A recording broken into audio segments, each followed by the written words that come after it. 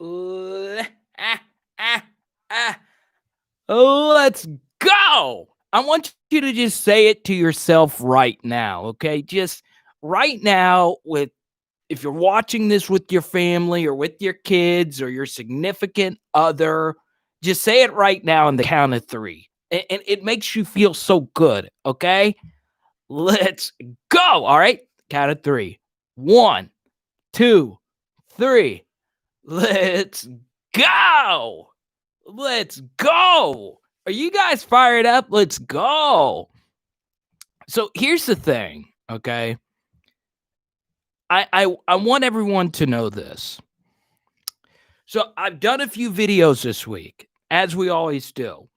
But today we will talk about the USA Today story. And I felt as if a live chat is the best way to do it because, this is a very important issue that has layers to it. So we will get to that a little bit later.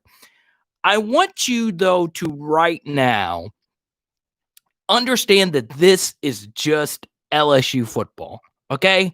In the grand scheme of things, it doesn't mean life or death, okay? Your family's more important. Your life is more important. Your income is more important. All those things are true. But I always say this. It's okay if you are a diehard fan about something. And I've always been a diehard LSU football fan, but I've also been a fan of honest analysis. And I always feel as if you can't take honest criticism, you will never get better. So I always say this. We say hi to Marvelous, who's been in here since 6. I appreciate that. We say hi to Max. We say hi to the Les Miles burner, Cuban. And if you watched on Saturday night, you know all about Les Miles' burner, Cuban.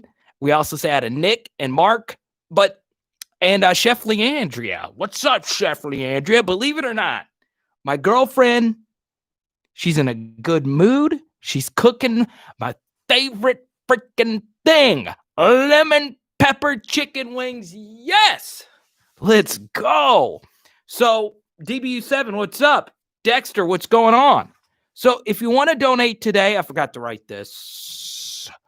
Venmo,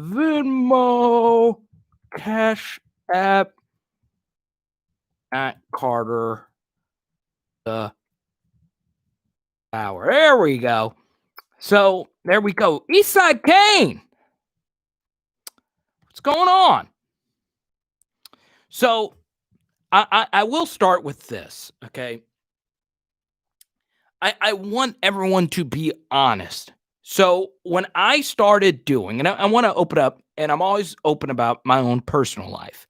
So what a lot of you don't know is that I am a stand-up comedian, okay? I've been doing it just over 4 years. Obviously, work has slowed down for all comedians. Some clubs have opened back up, and I'm always honest about it, is that I am not that great at it. I've been doing it 4 or 5 years. It's not something I'm naturally good at.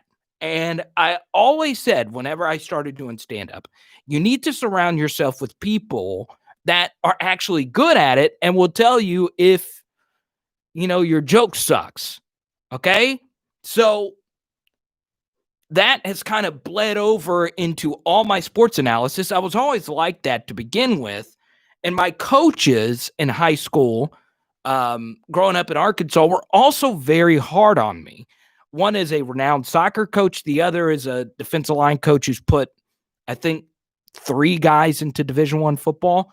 And all my coaches were always hard on me. Here's the thing. You can be critical about LSU football, but also love it at the same time. Because if you really love something, it's not all roses and it's not all dandy. It's not all great all the time. So when people say, hey, you're not really an LSU fan, well, I'll tell you this. I did a radio show earlier today, and one of the hosts was Will Blackwell. And if you're a diehard LSU football fan, you know who Will Blackwell is. He was an All-American offensive lineman for the famous 2011 team. And he's like that too. If you go look at his Twitter account, he's not all roses and dandy LSU football all the time. You got to be honest about things, okay? And those are the type of people I want watching this content.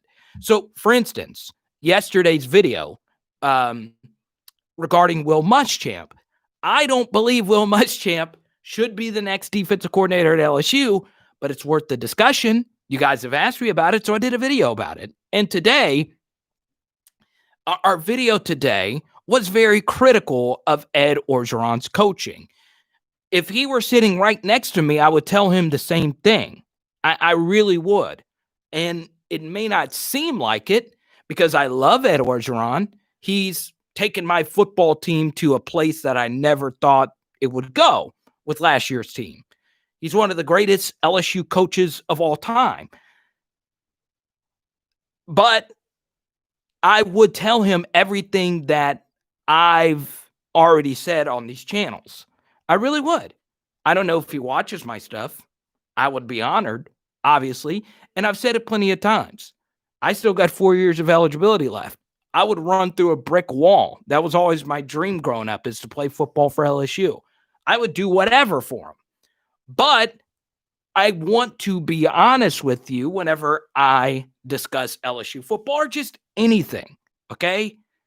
Sometimes it can come off brash, but if I do research, and for every video, I want every video to not just say something, not just to post something that doesn't say anything. When I was doing research, I was shocked when I saw that LSU in their last 8 road games, 6 of them, they gave up 21 or more points in the second half. Okay? That's the meat of our last video. 6. Now think about that, okay? And there's a guy, his account name is like Jane Fonda or something, and he posted a comment, and he said, "Well, Carter, were you really expecting the LSU defense to fix all the issues that they had from last year?" Well, no. I don't think anyone expected the LSU defense to be the 1979 Pittsburgh Steelers steel curtain. But what if I were to tell you that LSU's historically bad defense has yet to play an elite offense? Now think about that. If you go look at the 6 best offenses this year in the SEC, one of them's LSU.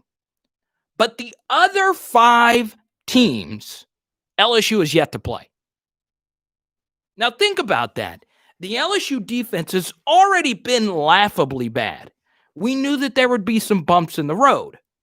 But LSU's defense has not played Florida. LSU's defense has not played Texas A&M. They've not played Alabama. And they've not played Ole Miss yet. All 4 of them, along with LSU, make up the 5 best offenses in the SEC. Auburn is at number 6, but do you want to know why Auburn bumped themselves up to number 6? It's because they played LSU. That's the game that got them into the upper half of the SEC. Okay? Missouri, Mississippi State, and Auburn all had their best games of the year offensively against LSU. Also, something else to keep in mind, okay? And we'll get to your comments in just a moment. One more thing. South Carolina, okay? Well, LSU had a pick 6. LSU also gave up 7 plays of 20 yards or more. And on top of that, South Carolina gained 30 more yards than their season average. Now, why is that in particular bad? Because LSU won the time of possession battle 37-22. Now, think about that. LSU had the football for a full quarter more than South Carolina, and the Gamecocks still had 30 more yards than their season average. So the problem isn't necessarily that the LSU defense wasn't going to be totally fixed up to this point. That's not the point that I'm making. The problem is that it should never be this bad. So we say hi to Jared, my classmate. You're right. One beautiful man.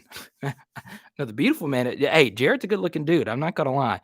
DBU7 is like always flexing in this Avi. He's got like a 6-pack. I'm like, DBU7, did you actually play football? I'm actually curious. So shout out to Kyle. Welcome. Black Goatee. Thanks for the follow on Twitter, Black Goatee. Nick.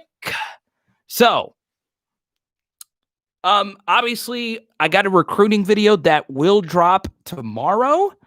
It's very interesting because a lot of you know we always save recruiting towards the end. But if you want to talk recruiting now, you can always drop a super chat. And underneath there, for the super chat, you click the S button and you could donate some money to me. Or attached to my live stream is my Venmo and Cash App, okay? You can donate money directly to me there as well if it's a little bit easier. So, obviously, we got some Arkansas fans in here. My buddy Cat Daddy Holdridge is in here. Woo Pig. And here's the thing. And I don't know if you guys saw this earlier, but LSU versus Arkansas is actually making history this Saturday. This Saturday marks the biggest point spread shift in the FBS era from one year to the next.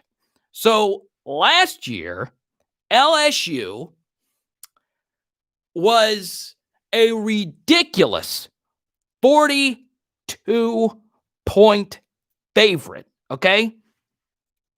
42 points. One of the biggest point spreads in the history of college football between two SEC teams. This year, Arkansas is a 1-point favorite. And they actually opened at 2. So think about where LSU was last year now leading into this Arkansas game. Doesn't really surprise me. I said before the year this could be a game that LSU is going to be an underdog because they played Alabama before the year. So that doesn't shock me. It's just crazy to think that the shift has been that big. So it's kind of weird. It has more to do with the greatness of the 2019 team. And the funny thing about it was they still almost covered that spread. But still, it's wild. And here's the thing. I've done radio in Arkansas for a long time. I grew up in Arkansas, grew up in South Arkansas. And what I want people to understand is I'm going to do a few videos about this week, but the Battle of the Golden Boot is actually a big deal to people in South Arkansas, North Louisiana. So DBU7 just said he's from Rummel, okay? Rummel's in New Orleans. So you don't see a lot of Razorback stuff there. Ironically, Rummel's had a few players go play at Arkansas, but still, the point remains the same. South Arkansas, North Louisiana, there's a lot of bleed over. So, like, for instance, in my neighborhood, in the small town in Arkansas I grew up in, there were 3 season ticket holders to LSU football. Now, think about that. In Arkansas, completely different state. So it shows you that there's a lot of LSU fans that live in this region. There's also a lot of Arkansas fans that live in North Louisiana. So growing up, you know, the Golden Boot was a big deal. So this game means a lot to a lot of people, especially during this awful year where you go to work. And honestly, everywhere you go in South Arkansas, there's going to be at least one LSU fan there or LSU graduate. It's crazy. So it's weird. And a lot of you, like DBU7, like, what's up, Adam? Welcome. It's interesting. A lot of you feel pretty comfortable about LSU going to Fayetteville and beating Arkansas this Saturday. And a lot of good things go in your favor for this. Number one, TJ Finley has a lot of time to prepare. Okay, the game he played well in, South Carolina, was a game he had 2 weeks to prepare. And he took the majority of the first team snaps because Max Johnson was out last week. Now, Mark makes an interesting point, which leads me to my next point. Some people think the 11 a.m. kickoff benefits Arkansas, when in fact it does the opposite. LSU is a big beneficiary from the 11 a.m. kickoff. Now, why is that? Well, it's simple. So you got to think about your body clock, right? So if you play a game, and Florida played a long scoring 63-35 game against Arkansas. So Arkansas ended that game in Gainesville and obviously had to do the recovery, had to do the player interviews, and then they had to get on a plane, and they probably didn't get back into Fayetteville. I would say probably 4 in the morning. 3 or 4 in the morning is when they got to bed. That plays a toll on your body as you recover throughout the week. That affects your preparation. It really does. And I've talked to body scientists about this. I know it sounds weird, but it is true. When your sleep schedule is thrown off like that, it does play a role. So LSU coming off a double bye week with 2 weeks to prepare for an Arkansas team that was run ragged all over the field against Florida. And the game was semi-competitive in the third quarter. You know, it's tough. It's a tough ask for Arkansas to come out and play the athletes that LSU has at their disposal. Now, this is my biggest issue, is going into this game, I have very little faith in what LSU is throwing out on the field right now. And here's the thing, and I said this with Will Blackwell and my buddy Sean Fox on Ruston Radio a little bit earlier. You know, it was interesting that Terrace Marshall was the one that called the team meeting because he's from North Louisiana. There's a lot of Razorbacks in Shreveport. So I don't know if this game means more to him. I know some people it does mean more to them. We'll see. Hopefully Terrace got everyone in line to get ready. It reminds me of when Devin White, after the LSU and Troy game, got the team together and said, let's get our acts together. So we'll see. We shall see what happens. And Arkansas's got a little bit of a pandemic issue with some of their staffers and players testing positive. So we'll see what happens. Obviously, if you watched our video from earlier, I don't know how many of you actually watched our video that we posted today, but I don't know about you. It's an issue, LSU and their lack of adjustments. And the thing, oh, what's that, Drip? That's crazy. What's up, Marcellus? Sorry, my grandma got out of the house out there. Oh, it's fine, Trip. Yeah, you go tend to that, man. Prayers up to you, man. So, simple truth, okay?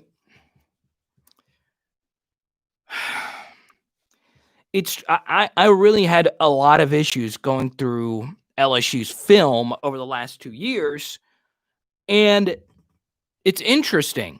When you actually break it down frame by frame, it seems as if LSU has a communication issue. I don't know if it's going to get fixed, but sometimes I feel as if the defensive play call is not put in on time, thus confusing the players. But this is the biggest thing. And Ed Orgeron's paid a lot of money to figure this out, okay? We all know that Ed Orgeron isn't going to be the X's and O's maestro, like a Bill Walsh or Bill Belichick type of coach. That's not him. But there comes a point where you can't just be the recruiter. You can't just be the game manager. You have to figure out why your defense is not responding. So, like Marcellus points out, if you watch the Auburn film study, this is simple. And I really do mean this, okay? I am not any film study expert. I'm not Merrill Hodge, okay? I'm not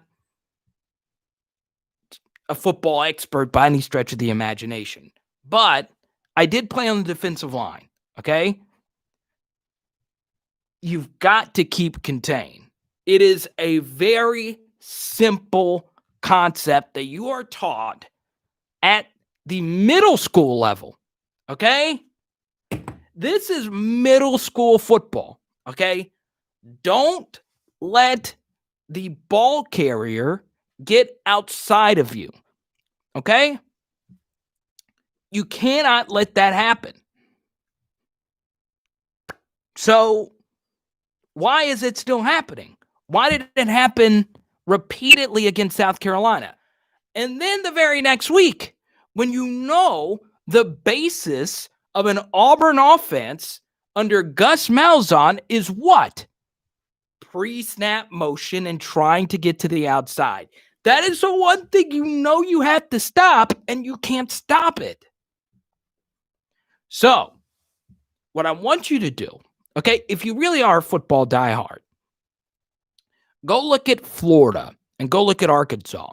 You know what? One big concept of this current Arkansas team, same thing Auburn does as well. Lots of pre-snap motion. Now, LSU did catch a break. One of Arkansas's best receivers, he's a beast, Davian Warren, who's actually from North Louisiana, out for the year with an ACL injury, and I hate it for him. I know this game meant a lot to him.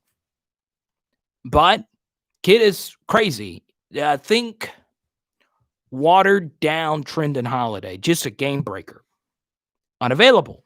But Arkansas still has Traylon Burks, who's a beast. He had a crazy catch in the LSU game last year. I think he caught it on Christian Fulton. I'm not sure. So Arkansas's got some weapons. They're good at running back. They're a little small on the offensive line. I think, this could be a breakout game for Jaquelin Roy, maybe. But we'll see. So this is the fascinating thing, okay? And it's weird because before the year began, I kept pointing this out. And here's the thing. A lot of former LSU players tweeted out this link, and it's kind of a subtweet at Ed Orgeron, okay? Now, Ed Orgeron's not made any excuses. Don't get it wrong. But it was kind of a subtweet about LSU football. And for those that don't know, a subtweet is basically calling someone out while not actually calling them out by name. So Urban Meyer went on this rant about player accountability. It's really good. And a lot of former players that just happen to play for LSU, who knows what it takes to be an LSU Tiger, tweets it out, okay? And it was quite a few. They're tired of the excuses. And this is what I get from people that comment on my videos that say, hey, you're being too critical. What were you expecting from last year's national championship team? What do you expect? No one ever said that any of us expected LSU to win the national championship. Nobody did, okay? Some of you might have. That's fine. If you're confident, that's fine.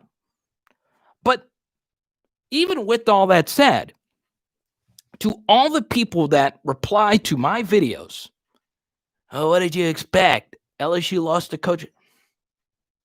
That's not the point. The point is that LSU had the easiest schedule in the SEC for the first 3 weeks. That's not an opinion. It's a fact, okay? LSU was the only team in the SEC that did not have to play a top 15 recruiter in the first 3 weeks of the year. I will repeat that. LSU was the only team in the SEC that did not have to play a top 15 national recruiter in the first 3 weeks. So they had the softest schedule open, okay? Then they had the Florida game, a game that would have been 50-0. LSU would have started a true freshman quarterback on the road in the swamp against the best offense in the SEC. But guess what happens? The game doesn't happen. You avoid an embarrassment, okay? Then you have 2 weeks to prepare for South Carolina. You win the game. So to start the year, LSU got 4 huge scheduling breaks. Huge. Now, why does that matter? Well, they just got another one, okay? Leading into this game against Arkansas, they get an extra week to prepare. And not only do they get the extra week to prepare, they get to play Arkansas during an 11 a.m. game, which to me benefits the road team. Not only does it benefit because Arkansas's fans, the few fans that are going to be there because of COVID, they're not going to be as boozed up and as rowdy. It's also because you get to fly back home directly after the game and you get back at a good time to get you ready to go on the road against Texas A&M. So, legit, up to this point, LSU has caught every single scheduling break. And on top of that, LSU has not had one big in-season dropout or opt-out. Yes, you had Siaki transfer the nose tackle and Trevez Moore, but nothing in season. So the guys that you obviously, it sucked with Shelvin and Chase, and I'm not saying those weren't huge losses, but it's a simple point that we say out of Marcus, and we get our first super chat. Thank you so much, Marcus, for your donation. Wow. So, Marcus, the floor is yours as we get ready to read a few more of your comments. So that's my point. LSU's already gotten enough breaks up to this point. And that's why I think a lot of the players tweeted out that Urban Meyer thing, because we are sick and tired of hearing the excuses. So it's interesting. Okay. Well, thank you so much, Marcus. Anything you want to talk about during this live stream, man, I appreciate you. That's the Super Chat Power Hour LSU rules. All right. So, what's up, Roby? Marcellus, we always lose players and coaches, but LSU's right there in the thick of things this year and the complete opposite. LSU needs a new defense. I agree, man. TPV and thinks it's going to be a close game. I agree. But here's the problem with the close game, okay? You watched the video, right, from earlier today where Arkansas has been really good in the second half and making adjustments where LSU's been the exact opposite. So it's just the truth.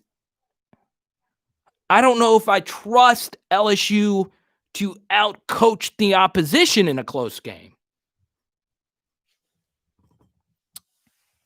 Road to 2K subs. Yeah, you're right, man. Okay, Cuban, enough with your cat updates. I saw Cuban's cat, and that thing is large. All right? So Cuban will stop talking about his cat. If you watched on Tuesday, let me see if I pull it up.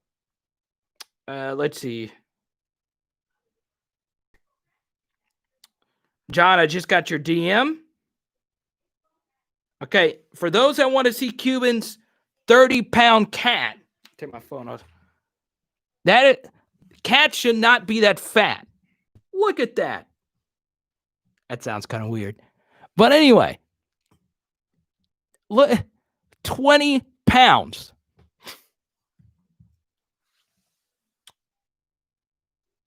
I know, Antonio. Some of you got the reference.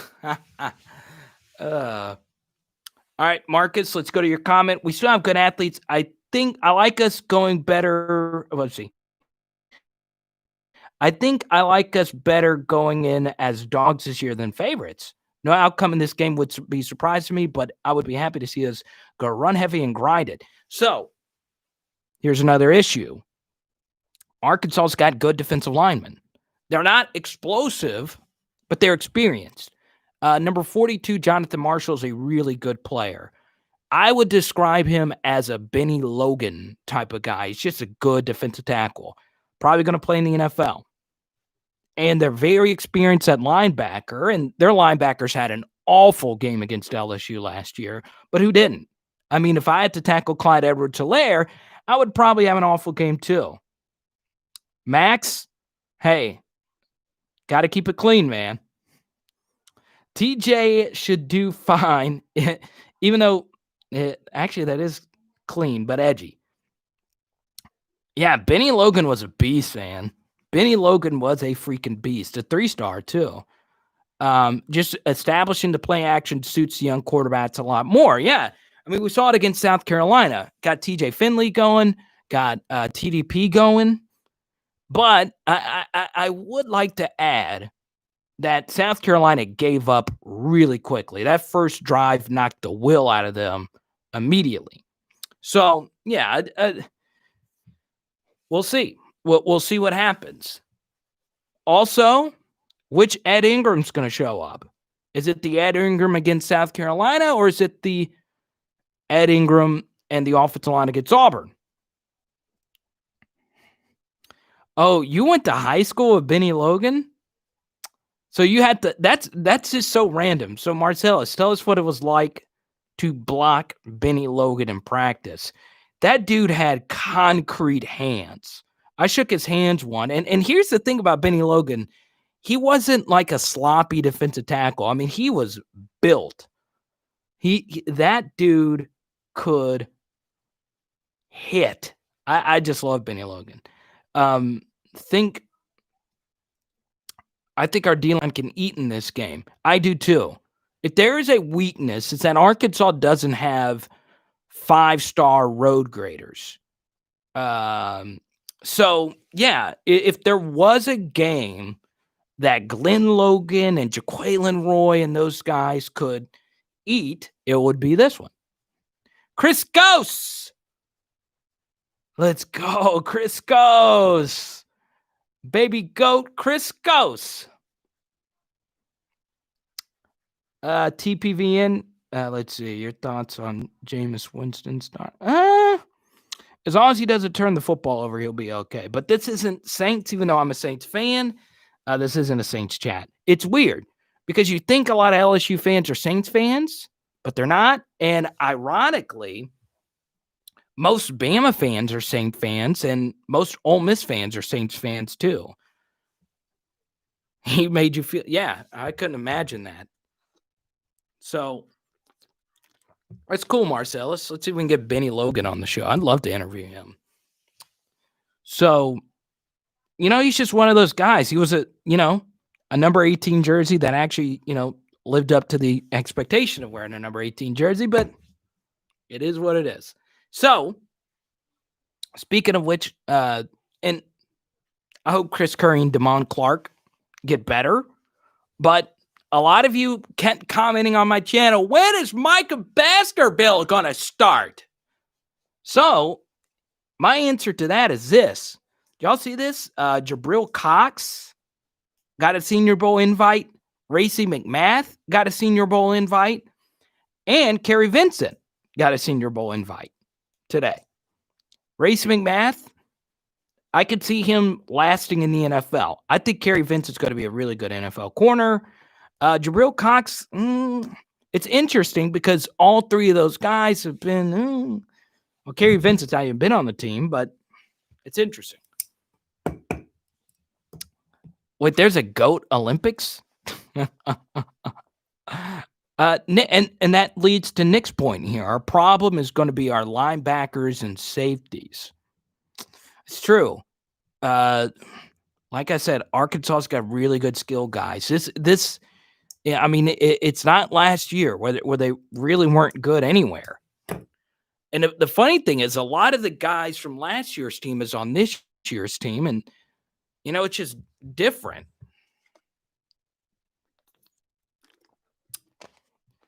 Austin coming in with the hypothetical.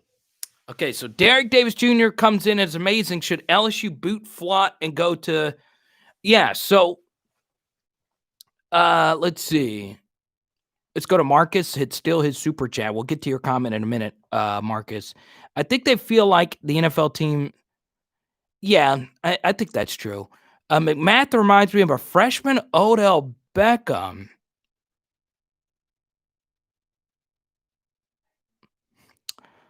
But I wouldn't be surprised to see him develop into a solid. Yeah, I think Grayson McMath is obviously a really good special teamer. We've seen it this year. So, yeah.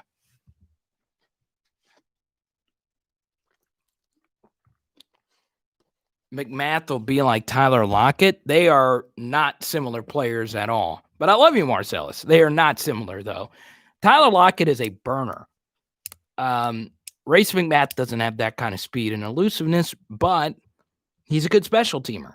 And look, this hasn't been talked about on this channel, but it's pretty freaking amazing that Stephon Sullivan is now a defensive end in the NFL. Like Seattle actually lined him up at defensive end. But you're right. McMath does have some wheels, but I mean, Tyler Lockett's like stupid fast. He's like ridiculous. Let's see. Jacoby Stevens is going to have to step up in this game. You're right. I mean, he's not made any excuses, but a lot of people have made excuses for him. It is a new defense. He's not playing with Grant Delpit anymore, but at some point we need him. King Mo. I agree. And Baskerville is a Louisiana guy. So, yeah. But, to counter that, King Mo, it's interesting that we've yet to see. I've seen Devonta Lee on special teams, but what does it hurt to give the dude a few snaps? I mean, he's already made the position switch. Why don't you play him?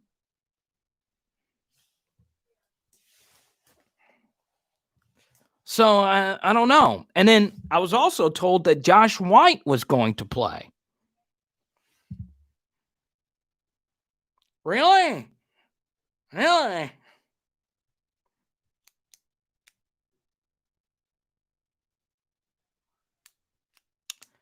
I could see your Marcus. So let's go back to Austin. So this is what I was told by Sage Ryan is that they expect him to be the nickel. So the slot corner. So if that happens, I don't know. Do your safeties become Derek Davis Jr. and Bo Hampton? I don't know. I don't know how that works out. Still a little too early for that, though. What's interesting, though, and we're going to talk about this in tomorrow's video, is that Jordan Gilbert gets the offer today from LSU. He's a Baton Rouge kid, but LSU only has 3 slots left, and they already have 4 safeties committed. So what does that tell me? Number one, that tells me that they think Langlois and G are going to be linebackers. They see either one of them playing linebacker. But, there's going to be a lot of pressure on Sage Ryan in year one. I think a little too much. I think they need to move him along slowly, and hopefully he's Eli Ricks by game 2, where Eli Ricks, Eli Ricks was great in the game against Mississippi State too. So it's interesting. What the heck, Alex? Just got done with back-to-back tests in auditing and governmental accounting? What? That sounds awful. Okay, so I want to get to Max's comment, okay? and this is what you have any Joe Burrow autographed rookie cards? Funny thing, so I'm a big card collector. I actually had a few offers for me to buy some Joe Burrow rookie cards, and I turned them all down. I don't want to make this a card thing, but I will get into the Joe Burrow auto market, just not right now. I do have some Joe Burrow base cards, but nothing too crazy. Dang, Alex, that just sucks. It really sucks. Todd Harris will be back. Maybe if he's fully healthy, he'll be a starter. We'll see. Yeah, so the reason why Devonta Lee was this is what I was told.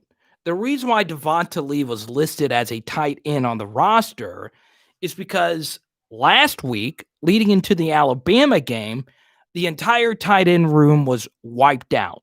So what LSU needed to do was actually get people in a tight end room because you got to have a certain amount of players at each position going into each game. So that's why they did it.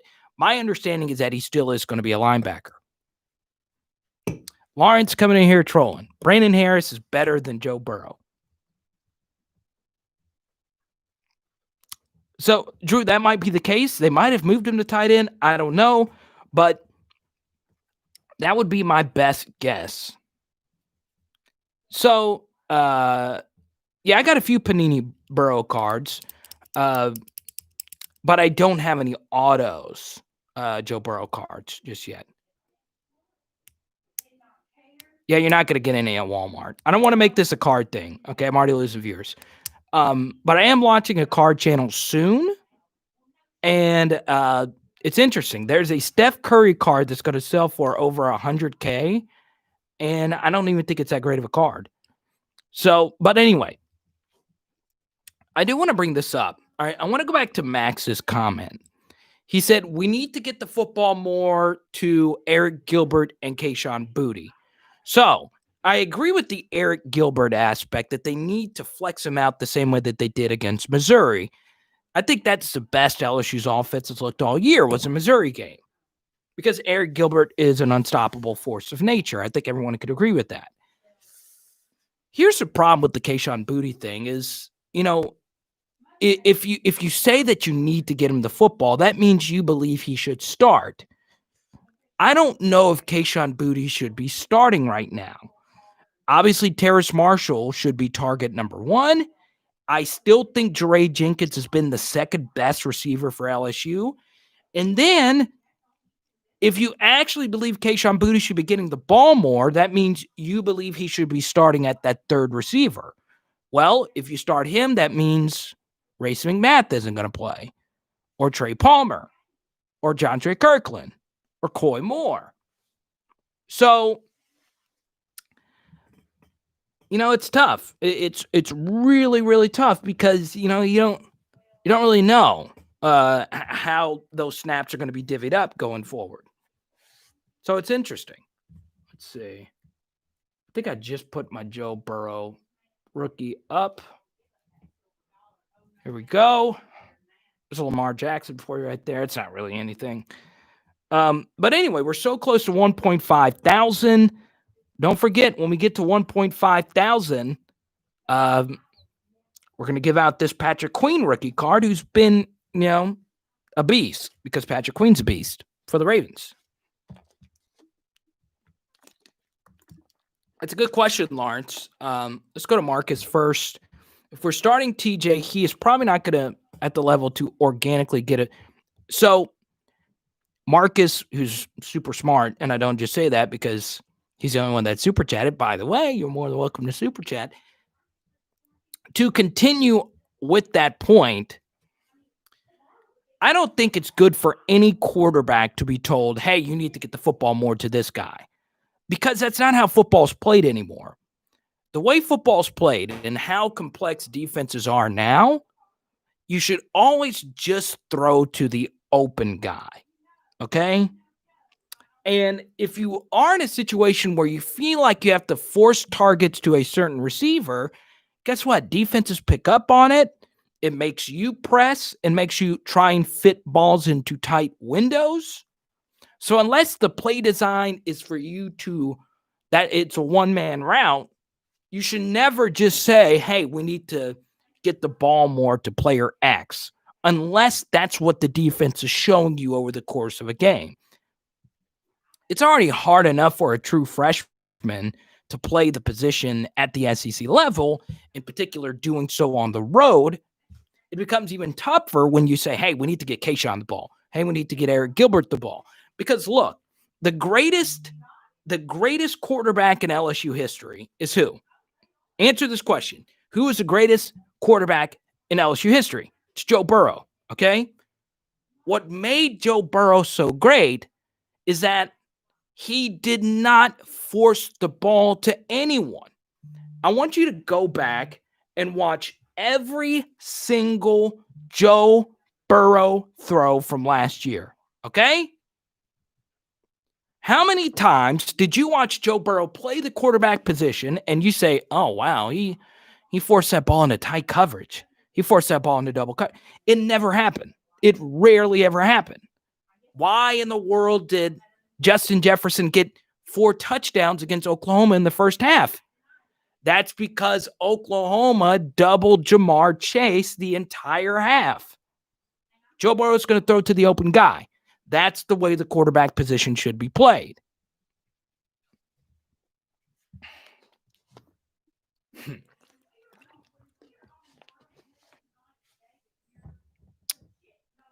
I agree with that, Austin. I do.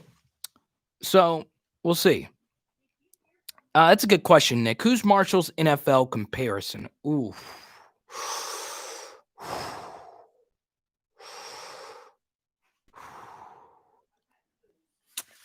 Who would be a good? Like he's not going to be this good. I guess DeAndre Hopkins, because he's not like the fastest guy. He catches the ball on the highest point. So I wouldn't. I think DeAndre Hopkins would be a fair comparison. You know, I don't think he's going to be that good. I mean, very few receivers are ever going to be as good as DeAndre Hopkins, but yeah, I think that's a fair comparison. Hard worker. Demaryius Thomas, yeah, not as bulky, but yeah, I could see that. And whatever happened to Demaryius Thomas? Alex, I appreciate you. Okay, so Alex sends me a Venmo. I like the Venmo because I get 100% of the Venmos. Will we actually have a game this week? So obviously there's always the outcome of potentially not having a game. It could happen. So, yeah, it's no telling. I think we will have a game on Saturday. The one thing we do know is that there were rumors that they were going to move some game around and maybe Arkansas, maybe LSU and Ole Miss play this weekend. It was just a rumor. So LSU Arkansas it is. Now, well, look at this. King Ulysses is back. He's had a crazy work schedule all the way up in Denver. Terrace Marshall to Alshon Jeffrey. Ooh, I like Brandon Marshall. That's a pretty good comp. I think that's pretty fair. And I think Brandon Marshall would be a ceiling. I can't go 3 weeks without LSU football. So here's the thing, okay? You know, I can make this LSU live stream so easy and not discuss the elephant in the room. But I'm not going to lie. A lot of you have brought this up to me. The USA Today story. All right. So what I don't want the live chat to get crazy because I know a lot of trolls will come in here and turn this discussion into something that it's not. So I read the USA Today story, spoke to a few people that I know have connections in LSU football. You know, it's a bad story. It's a horrible story. Okay. Now, here's the truth is that it's still very early for us to say this person should be fired or that person should be fired. But what I will tell you, and I will keep this brief because, you know, I didn't report on the story. There are a few smoking guns in this involving a few powerful people. And this is what happens. You know, I thought Drake Davis was going to be the next great thing at LSU. You know, we didn't know what was going on behind the scenes with him. So the simple truth is you never really know. You never really know someone. And I remember during I remember during the NFL draft, leading up to the NFL draft, and some people heard some rumors about Darius Geis. And, it turned out that those rumors were true. So I say and let's see, Mark, sounded mostly like a media outlet being. So here's what I'll say about USA Today. I thought the reporting was solid. And here's why. Because they pointed out that this isn't just an LSU football issue. It's an LSU institutional issue. So the thing is, obviously, with Verge Osbury and the text message, that part of the report, and then obviously Mickey Joseph's name being named involved, and a lot of you are panicking over this. Investigations and stuff like this, it takes time. Obviously, this stuff went on years ago, but the simple truth is it looks horrible and it's wrong. So, that's all I'll say about it for right now. I'll happily discuss it with any of you anytime. But it needs to get addressed. Now, as far as Ed Orgeron's role in all of this, I don't know. I don't know how far words go up the food chain per se. But what I'll tell you is that most people have told me that when something bad happens, he acts. Now, I don't know that to be certain or not, but we'll see what happens going forward. But don't just brush it off as, well, it's USA Today doing a hit piece. Well, it's not really a hit piece when the two anonymous girls that they mentioned in the story made themselves public on Twitter pretty quickly. So it's not the end is near. It's not any of that. But don't also just brush this off. Yeah, Nick, I heard the same thing too. And my dad went to Catholic high, you think, probably the greatest NFL humanitarian ever is work done. He went to Catholic high too. Nick Brissett's a good guy. So, it is what it is. Well, Brissett went to U High, but still. And I agree with that, Marcus. But answer this. When has all of it been reported? Obviously, the Guy stuff, obviously the Drake Davis stuff, but we didn't know some of the details that were added to the story. Okay? We didn't know about the text message. We didn't know about a few other things about the story. So, for those of you that want to actually read the full story, and the reason why it's important to read the full story is because, there's layers to it.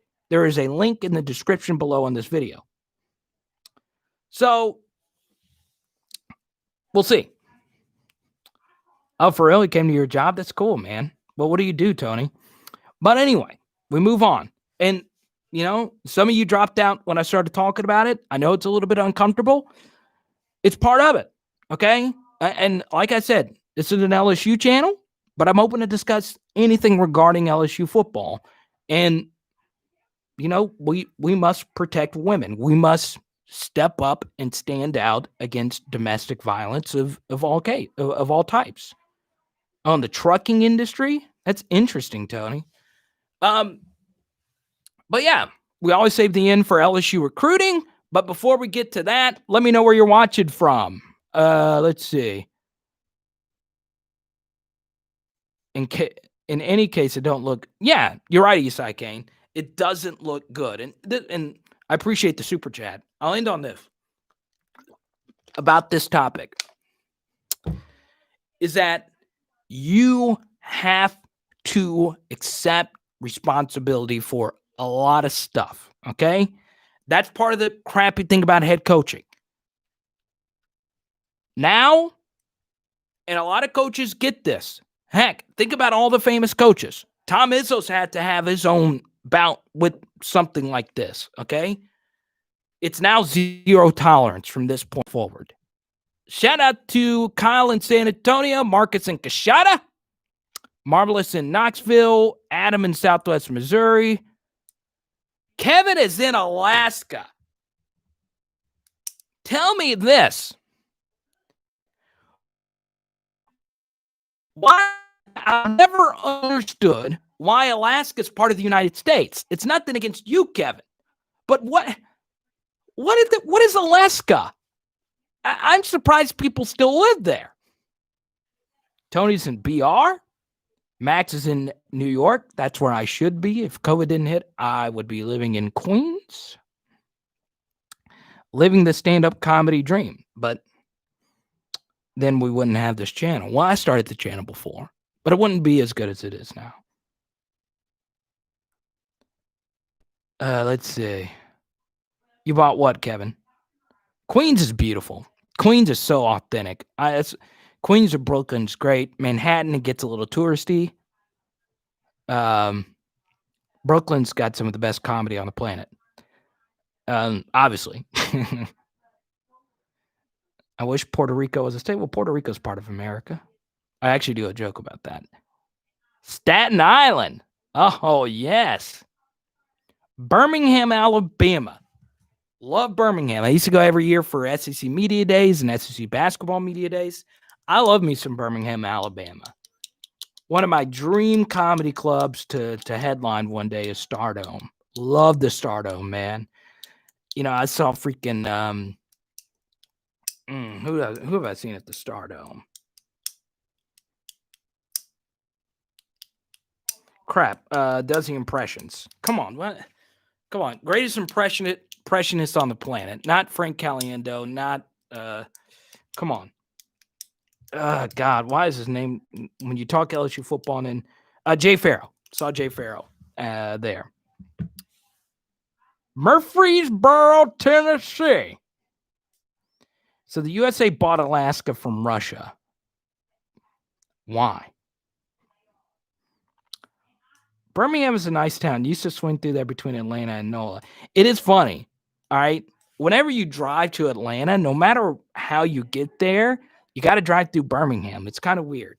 And there's a cool story. Malcolm Gladwell did a podcast about the drive from Atlanta to Birmingham. It's crazy. There's history to it. They bought it because of oil potential. Oh, Country Wayne. Yeah, it's a good comic. I've had a few friends open for him. That's crazy. We got a good history lesson in here. All right. So let's see. Sounds like I've never been to Alaska. Oh, you got me. How can I live my life without ever going to Alaska? I haven't even made it to Oregon yet.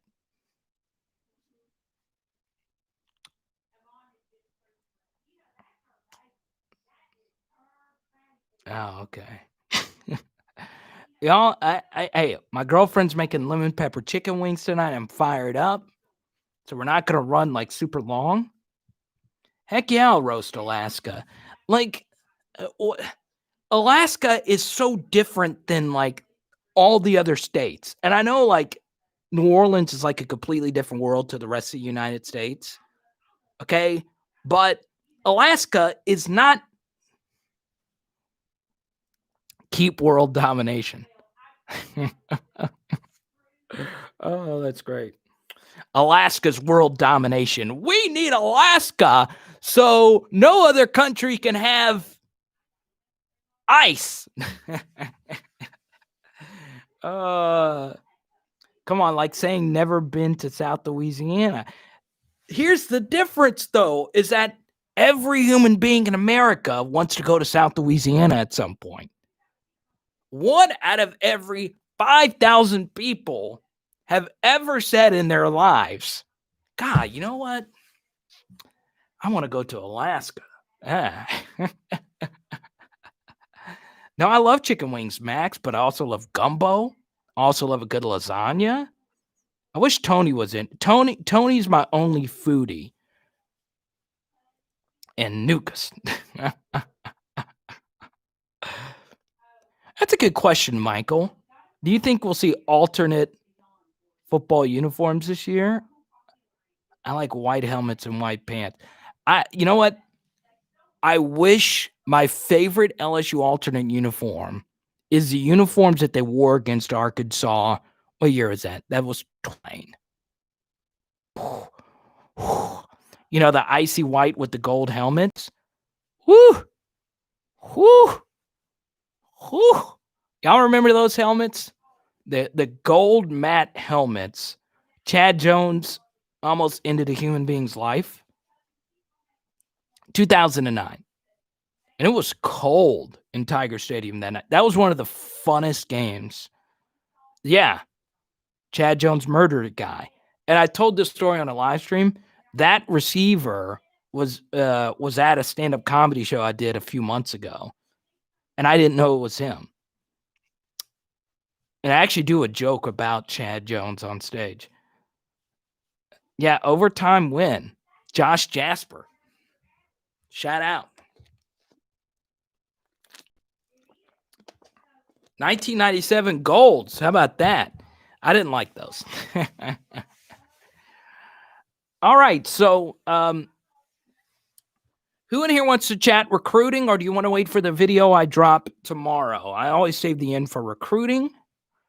Let's see. Anybody have any recruiting questions? I know Austin's a big recruiting guy. You know what's interesting? How do I feel about spicy garlic wings? Depends. Pluckers does a good spicy garlic parmesan. Okay, so King Ulysses is, I say this a lot about our commenters, but King Ulysses and I think, are like the most alike out of most of the people that watch this. He's always thinking about the next thing I'm going to say. It's crazy. So this is what bothers me about recruiting is, LSU's going to have to rescind some offers, especially now that you offered Jordan Gilbert.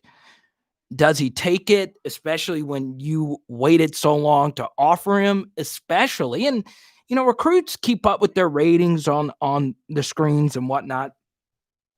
You not only waited to offer him, you offered Matthew Langlois before you offered him. And no matter what, if you were in Jordan Gilbert's spot, you would take that as a personal shot. So it's crazy. Michael said, is there such thing called a Bama bump? Yes, it happened with J.C. Latham. So, yeah, I mean, it happens. Where am I? But anyway, so no matter what, LSU's going to have to do it, okay? King Ulysses points out it didn't work out well last year. Who's to say that Major Burns was not going to be the next Morris Claiborne? It happened. So, James in Ruston, man. I just got off radio in Ruston, man. Let's see. But you live in Houston now. Forgot about that. Here's the problem with the rescinding offers thing. Is that, a kid makes a life-changing commitment to you early in their process, okay? It kind of sucks. Imagine if you were 18 or 19 and that happened to you. It sucks. It really does suck. Yes, James, they're not ESPN anymore, though. So it's interesting. Yeah, it's true, Mark. It's about J.J. Watt. So, we all have different evaluations of kids. So, take Isaac Mukamu, all SEC safety for South Carolina. He was a 3-star safety. LSU didn't offer him. Joe Fuchsia, who's from New Orleans, he's having a hell of a year this year for Arkansas. LSU didn't offer him. So, there's going to be guys that you miss out on. I've seen it, especially at safety. There's a lot of really good defensive backs that are 3-stars that turn out to be really good players from the state of Louisiana. So now, LSU scrambling. They finally get the Jordan Gilbert offer out. So what if he decides to commit? Then you only have 2 slots. Well, there's obviously a lot of talented players that are interested in LSU.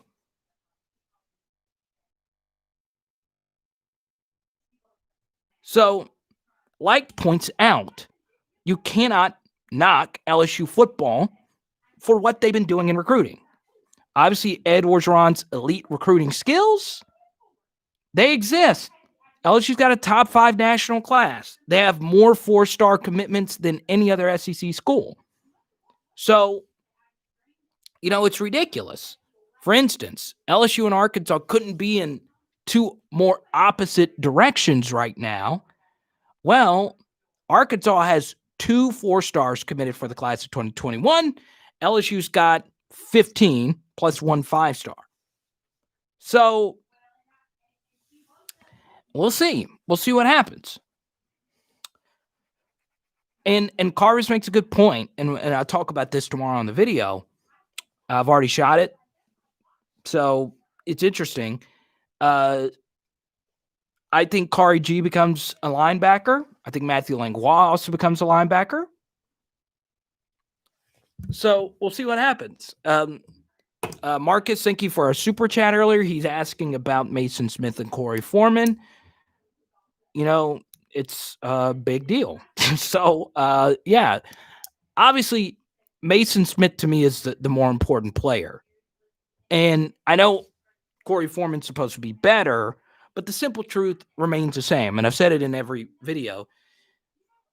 Judging by what I read, and anything can happen. But if you don't get Mason Smith, you're probably not going to get Corey Foreman. So you got to get Mason Smith first, right? So, yeah, it's that. And from what I'm told to people that know way more about this and more well-connected, Ed Orgeron's number 1 recruit is Mason Smith, even more so than Tristan Lee. So we'll see. We'll see what happens.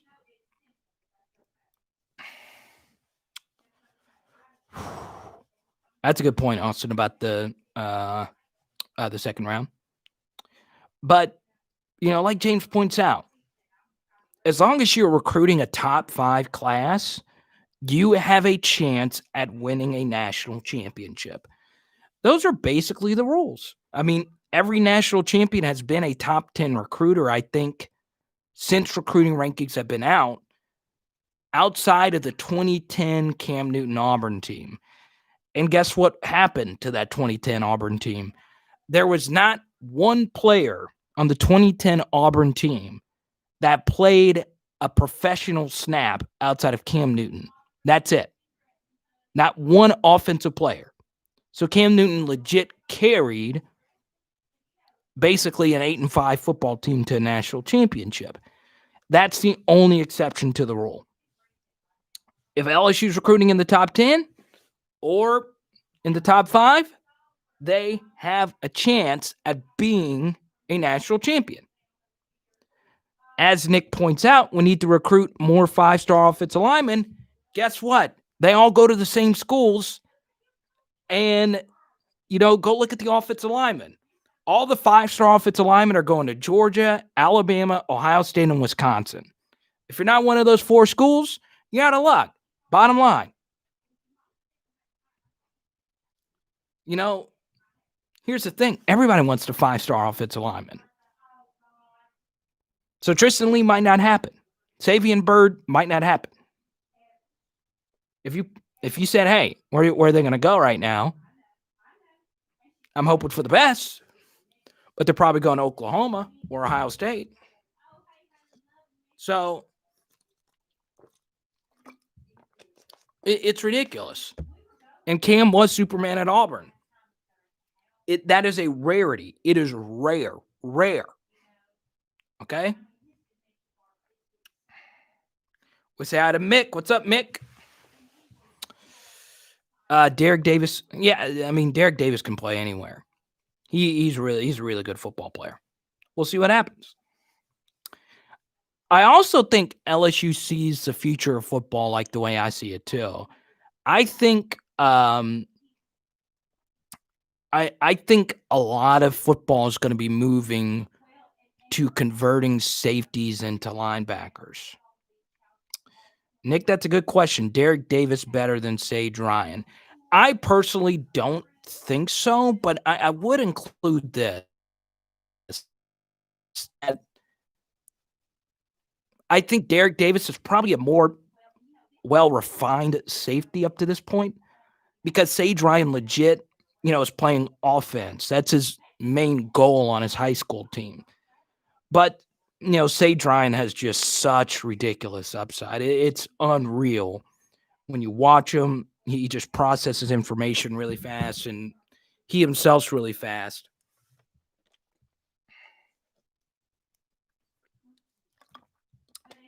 So, yeah, I mean, I'm expecting Sage Ryan to be Jamal Adams good. I really do. I'll put my name to it. So, and I'm not alone in that opinion, but we'll see. We'll see what happens. I think Sage Ryan is a very Xavier McKinney type of player. So we'll see. This is a good question for Michael. How good and stacked is the quarterback room going to be in the next few years? So I did a video on this last Friday, and it's great. LSU's got a ridiculous amount of quarterback talent. The one thing they do not have, though, is clarity, okay? Here's a good example. In life, there's a lot of different things that are thrown your way as far as your possible future. Okay, a lot of you have been in positions where you could take a job to go here or take a job to go there, but it's never really clear what the best option is going to be. LSU's in the same position right now, whereas Clemson and Alabama, just using them as an example, they're rolling with Trevor Lawrence and Mac Jones, and then when they leave this year, they'll hand the keys to their 5-star backups, who are probably going to be just as good, if not better than them. So, LSU's quarterback room is stacked, and Miles Brennan could be the guy for the next 2 years. TJ Finley could be the next great. Max Johnson could be the next great. Garrett Nussmeier looks pretty good. Walker Howard, it's pretty unreal. I mean, he looks like the real deal. But you notice we don't have clarity. And the hardest thing in the world at quarterback is that it is hard to get clarity when you don't have preseason games, when you're going to have limited practices and a weird offseason schedule. Who's the best quarterback? So that's why Miles Brennan getting hurt could be good for the long term, because we will have clarity with TJ Finley and Max Johnson with the way the rest of the season plays out. Now, if either one of them are really good or really bad, that doesn't stamp how good they're going to be next year. It doesn't change a whole lot development-wise for both of them, but it gives you a little more clarity on who they could potentially be as a quarterback. So we'll see.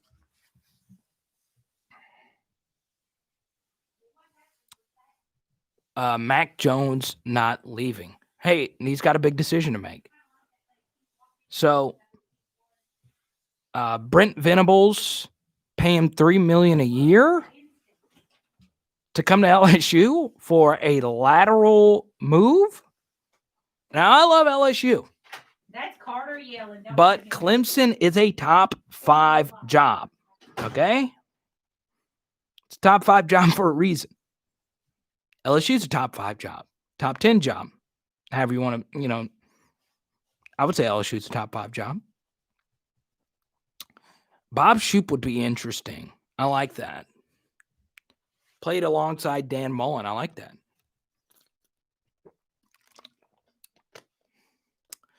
This is a JoJo Earl fan account. I've said it before and I'll say it again. He's my number 2 player. Even if Mason Smith and Corey Foreman commit, JoJo Earl is my number 2 player in the class, behind only Sage Ryan. So, yeah, I don't know how JoJo Earl's not a 5-star other than him being 5'9". And, I didn't know a whole lot about him until he committed, and then I watched the tape. I was like, and I've shared this before, but if you're new to the live stream, I've always said this about watching high school tape. It's mostly meh to me. It's mostly just meh. From when you're a high school player to when you go to the college level, players grow, they change. So when I look at a high school tape, it's kind of like, that player looks good. The potential's there. But it's rare when I actually look at a kid and I'm like, okay, this guy, no matter where he goes, he's going to be a star. JoJo Earl is that kind of guy. I mean, he pops off the screen. So we'll see. So many people compare him to Jalen Waddle. Once again, King Ulysses and I say it at the same time. Yeah, James, you said it too. That's the most frequent comparison, and it's pretty accurate. It really is accurate.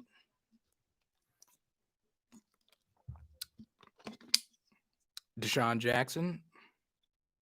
What's up, Neek? Neek going full Tiger Woods in his Avi. My favorite golfer is of all time? Ernie Els. Actually, it's Tiger, but everyone's favorite is Tiger. But I'm a big Ernie Els guy. This is an Ernie Els JoJo Earl fan account.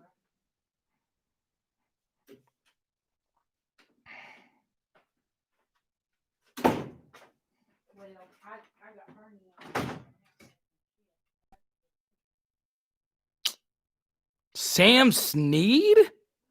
The St. Louis legend. I like that. Well, Chase will get drafted first, Michael. But obviously, a lot of that goes to where you actually end up. But it's interesting, though, because the best rookie wide receiver in the NFL this year has been our boy Justin Jefferson, and he's got Kirk Cousins throwing him the ball. So, the bigger question is, will Jamar Chase or Terrace Marshall be as good as Justin Jefferson, who's been unreal this year? He's been ridiculous. People that aren't LSU fans are like, this guy could be, the next Michael Irvin. James said Devonta Smith is just a baller, man. The biggest knock is his frame, but when you win at the line of scrimmage, it doesn't matter how big you are.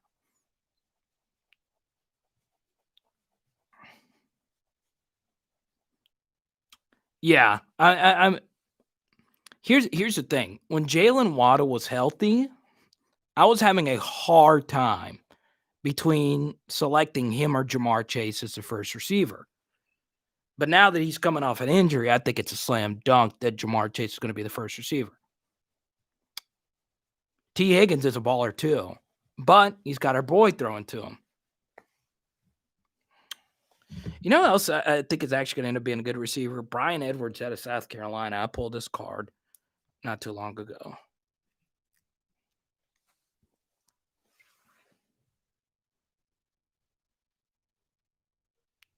Man, but, if you're sitting there and you actually think, well, it's weird because a lot of the offensive tackles, like Tristan Wirfs, has actually been like Pro Bowl level, and Mekhi Becton for the Jets has been really good. Wait, who said Deshaun Jackson doesn't have wiggle? What? Really?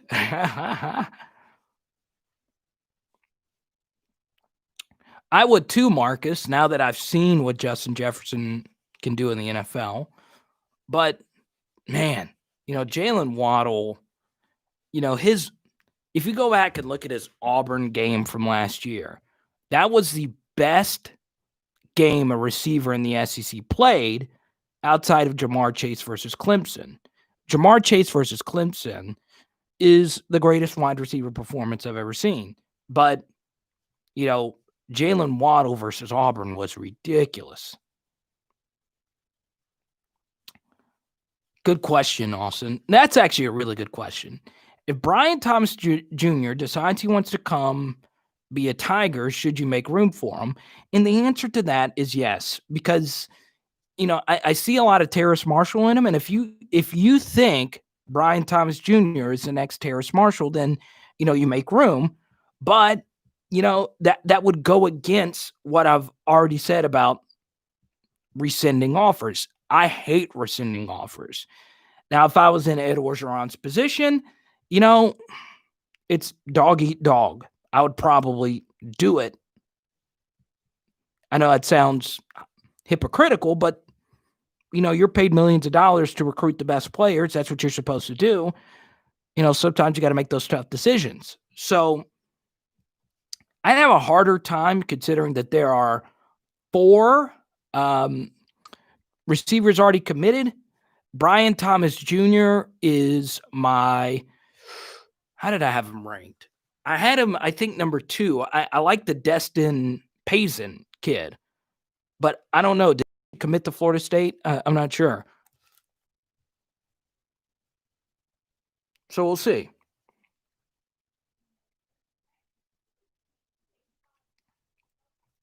I know, Antonio, but here's the thing. If Jalen Sheed is the tight end, if you offered him, you have to honor that, right? I would like to think. Think about being a kid in Mississippi. There's a lot of LSU fans there. All right, before we get out of there, I just I don't have time to watch much TV, but I finished the one show I was watching. I was a Schitt's Creek fan. I love Schitt's Creek. If any of y'all have any show recommendations, let me know. I like Schitt's Creek because their episodes were only 20 minutes and they were quick. It wasn't drawn out Dragon Ball Z. I grew up watching Dragon Ball Z and it was 30 minutes of Frieza and Goku powering up. Okay? Schitt's Creek was boom, boom, boom, boom, boom. Funny, joke, storyline, setup, conflict, resolution. Okay?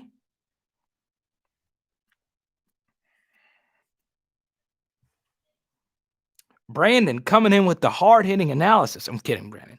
Kidding. Yeah, so if Cincinnati's bad enough, Penny Sewell,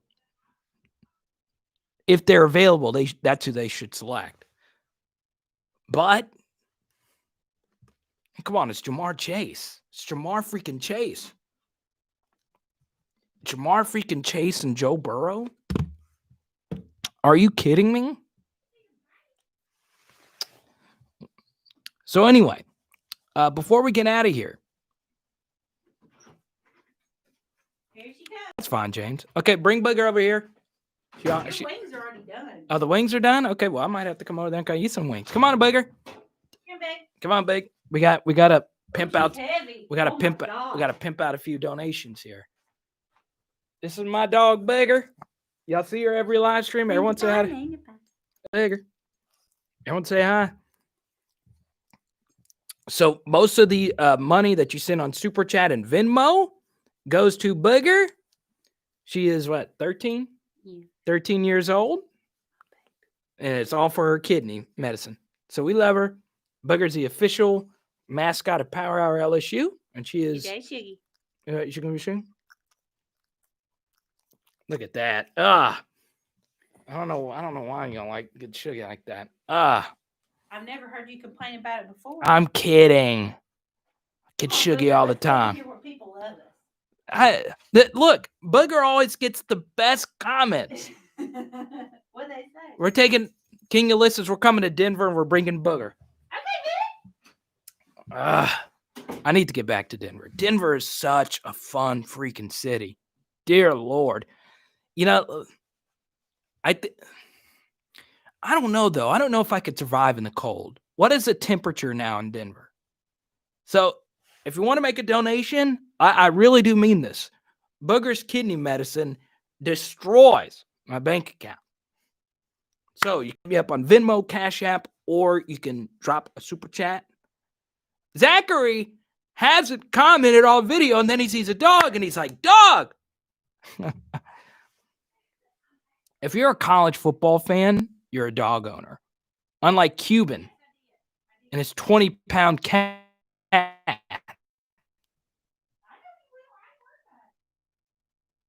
Yeah, Cuban, the Les Miles burner account. Oh, is it Pine? Pine Sewell. I know Marcus has seen Booger every live chat. Drew Brees done or Super Bowl run?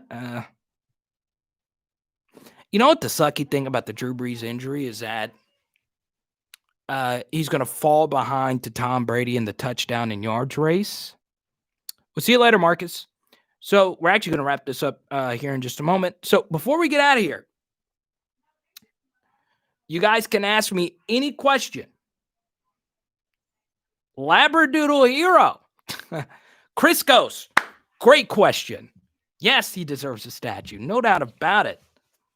Because if, your other Heisman Trophy winner, Billy Cannon, has one, then, got to have one for Joe Burrow. That's a good question, Chris Ghost, so. You know what, Chris Ghost? What I want is a Joe Burrow statue, and we need your baby goats by the Joe Burrow statue and need to take a photo. That'd be great. When will LSU fire Bo? I think they'll wait until the end of the year. It would not surprise me, though, if they rescind Bo Pelini's play calling duties and let Corey Raymond have a shot. I think that's actually the best way. And then that way you could see if Corey Raymond can actually call plays. Yeah, it'd be a great story. All right, get these questions in before I get out and eat wings with Booger. Well, they should allow goats near the stadium. But the funny thing, all right, where would they put the Joe? I guess they would put the Joe Burrow statue right next to him. Okay, Michael, it depends. Buy or sell or keep the Zion rookie cards. Hit me up on Twitter, man, at Card of the Power. I'll be able to answer your question a little bit better. Obviously, the best time to sell is actually before the season. So I would hold for a few weeks, check the market, see how much you bought him for, see what card it actually is. Is it really a rookie? Is it in good condition? Do you want to grade it? Send it to PSA. Hit me up on Twitter. I'll give you a better answer. Who replaces Bo Pelini? Like I said, still too early. The best defensive coordinator in the SEC is the one that Arkansas is going up against this Saturday, Barry Odom. He was a fired head coach. So you don't know who's all out there. One name that was brought up to me, and it's interesting because Luke Fickell's doing a great job at Cincinnati. Their defensive coordinator has done some really innovative things this year. And I actually posted a clip on Twitter of someone actually breaking it down. And he's a younger guy who's obviously a hungry guy. And I forgot his name, the defensive coordinator for Cincinnati. He would be a good fit, and I would be comfortable giving him a 7-figure salary to come coach the defense. But you probably could get him for less, but we'll see. Do you think Miles B is done at LSU? Heavens no. If Coach O fires Pelini after this year, who would go after? I just answered that. Burrow smoking a cigar statue would be legendary. Make it kid-friendly.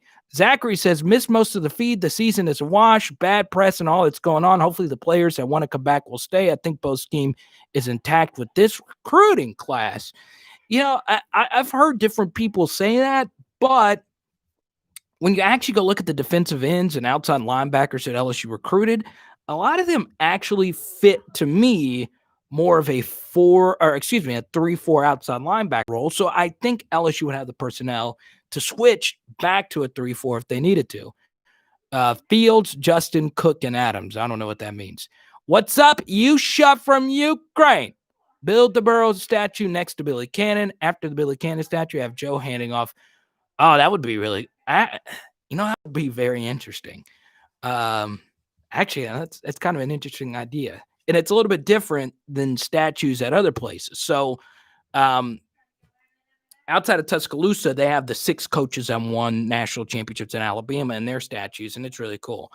I think Coach O will keep Pelini after another year because of the virus. Yeah, the $6.9 million buyout really sucks. Tampa Bay.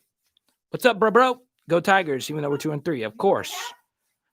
You got to poop, Bernie. Who has the highest ceiling, Kayshawn Booty or Coy Moore? I think Kayshawn simply because of his speed, but Coy Moore looks to be a pretty good player. I know Coy Moore went to Rummel. It's ironic, though. He more compares to Justin Jefferson instead of Jamar Chase. I did, Simeon. And, we mentioned that a little bit earlier in the live stream.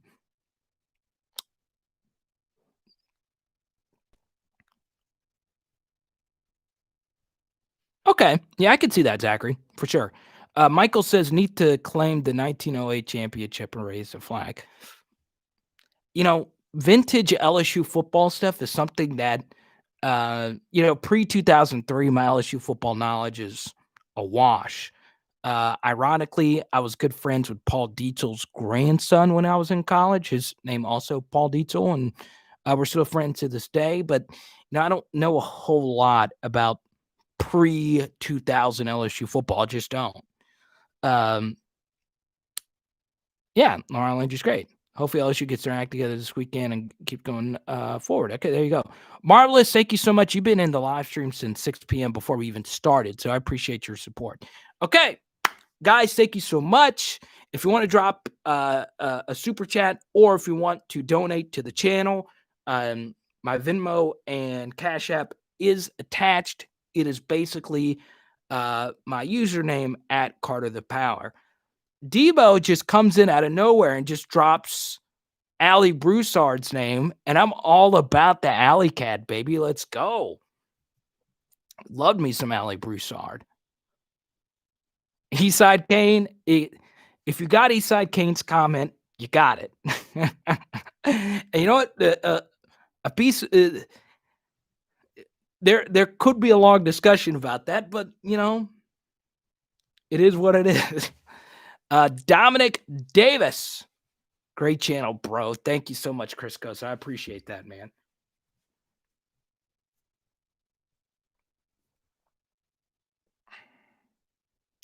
My favorite offensive and defensive player at LSU. So currently, my favorite defensive player is, I am a big Jacoby Stevens fan. I like what he stands for. I like what he did last year. Obviously, he's not been as good as he was last year, but I'll always be a fan of a national championship Tiger, so I love him. And offensively, my favorite LSU Tiger. I guess Terrace Marshall. That's fair.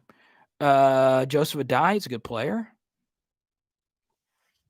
Who is that's a good question, Debo. The most underrated running back of the last decade. I like Michael Ford and Kenny Hilliard. Both are good options. I would probably go with Stephen Ridley. I really would. Jack Hunt. Yeah, 2003 team. I like it. Yeah, they didn't have the snaps because it was a crowded backfield. But, they were okay. They're good players. I like Spencer Ware a lot. If you want to go look at a fun film study. So Spencer Ware, I'll never forget this. The 2011 Alabama game, LSU versus Bama. Okay, Spencer Ware had 16 carries for 29 yards. And to this day, that is one of the greatest running back performances I've ever seen. I'm dead serious. I know it sounds stupid, but go back and look at the 2011 game and watch all of Spencer Ware's carries and count how many broken tackles he had. It took legit mountains to bring this guy down. So yeah. Jeremy Hill was great. That's cool, Kevin. Alfred Blue is a good player. I've always said this about Alfred Blue, and I actually asked him about this before. Had a great career in the NFL. No one expected Alfred Blue to have that great of a career in the NFL, especially after his injuries and all that. Alfred Blue would have been a better defensive player than offensive player. Go, bud. Dead serious. If you ever go watch Alfred Blue on Kickoff Team, he was an assassin. If he would have played linebacker in the NFL, he would have been a Pro Bowler. Like, he was a murderer on Kickoff Team. LSU's running back commit, Corey Kiner. Don't know a whole lot about him. I know he scored 7 touchdowns in a game earlier this year. Anytime you do that, it's great. Obviously, that was Kev Falk's first running back commit, so it's good that he got one in this class. I just feel comfortable that we actually have a running back commitment compared to what happened with Covontre Bradford last year, where LSU was scrambling and they got lucky. So, yeah, Sports Talk Nolan, welcome. Even though we're about to sign off. Cecil the Diesel, how about that? Old school Tigers know more about that than I do, but Cecil Collins was a beast. Ironically, I wouldn't call him a friend, but, I keep up with Charles Alexander on Twitter. And down the road, I'll have him on this live stream. Brandon says, who is your favorite wide receiver in your lifetime? I'll go Jarvis Landry, but the most underrated LSU wide receiver I think ever was Terrence Tolliver. Ryan Perlew is the best quarterback we've had besides Jamarcus and Joe Burrow. Okay, so if you're talking raw talent, he's better than any of them. If you're talking about just raw quarterbacking talent, Perlew's better than anybody. He was a higher rated recruit. He was as fast as Burrow. His arm wasn't quite Jamarcus's level, but it was really freaking good, and just couldn't get his act together. You know the story. I know more about Ryan Perlew's story because one of his family members was my roommate in college, and we're still friends to this day. Who knows what Ryan would have developed into, but he wasted it. And he would be the first to tell you that. He wasted it all. And it sucks. If he had a do-over, he would obviously do things differently, but it sucks. Yeah, I agree with that, Zachary, but, timing is everything. And his timing was actually good. Matt Flynn was handing him the keys to the offense, and Ryan Perlew was not a bust. You don't win the national championship in 2007 unless Ryan Perlew's on the team, because he won the Tennessee game. He started. Flynn was hurt. So, yeah, Ryan Perlew's the biggest what-if LSU story ever. So, Vernon, I appreciate that. I know you're an Auburn fan and you're just dropping that super chat in. Thank you so much. I really do appreciate it. Vernon, a fun, entertaining Auburn channel. If you like Auburn football, go check out Vernon. Thank you so much. I really appreciate that, man. You didn't have to do that. Hopefully we will beat Alabama later in the year, and then we can all be happy. Besides Tiger Stadium, which other stadiums in the SEC do you like to visit? Tuscaloosa is amazing. And, I'll say this, and I'm not just saying that because Vernon's here. Auburn is very underrated. I love Auburn's sound system is transcendent. It was ahead of its time, and the best SEC tradition. Obviously, Toomer's Corner. We know the story with the poison oak trees with Alabama. It's bullcrap. Toomer's Corner is amazing. But the coolest tradition in the SEC is the Hawk Falcon that flies into Auburn Stadium before the game. That is the craziest thing I've ever seen at a football game. And what's funny was I was on the field for it, and it is wild that they do that before a football game. There's so much that can go wrong. At least when they used to bring Mike to a game, that Mike was in the freaking cage. The Hawk can go anywhere. Apparently, unless that thing is really trained, birds like that can fly freaking anywhere. Anything can trigger a bird. So, yes, Mike coming out in the cage before the game is really cool, but the Hawk at Auburn is freaking ridiculous. Unless you see it in person, it's wild. Ironically, Ole Miss is my most overrated place. Fayetteville, really underrated. Fayetteville is such a beautiful, beautiful college campus. But then again, all my best friends live there. I was just there for a wedding. Fayetteville's great. Starkville's not as bad as people say it is. Ole Miss is not as good as people say it is. College Station, I've been once, loved it. I just So we'll see. But anyway, guys, thank you so much. Please subscribe to the channel. Vernon, thank you so much for that late super chat. It means a lot. You're an actual YouTuber. You know how hard this stuff can be.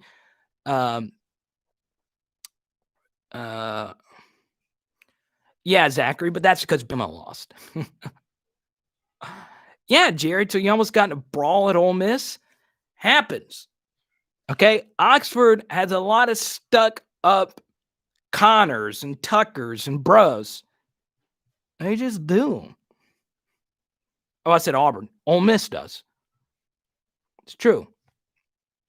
I do, Criscos. I really do.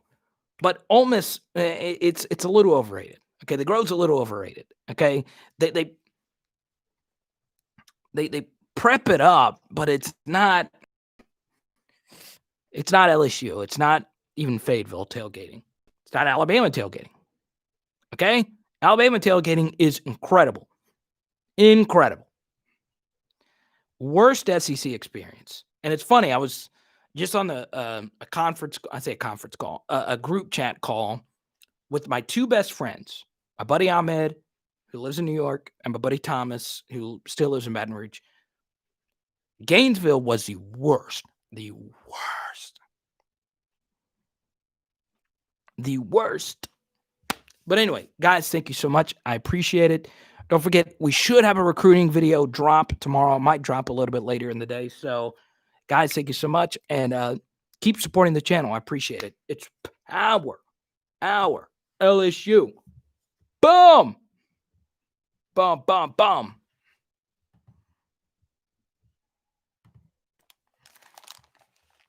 Woo.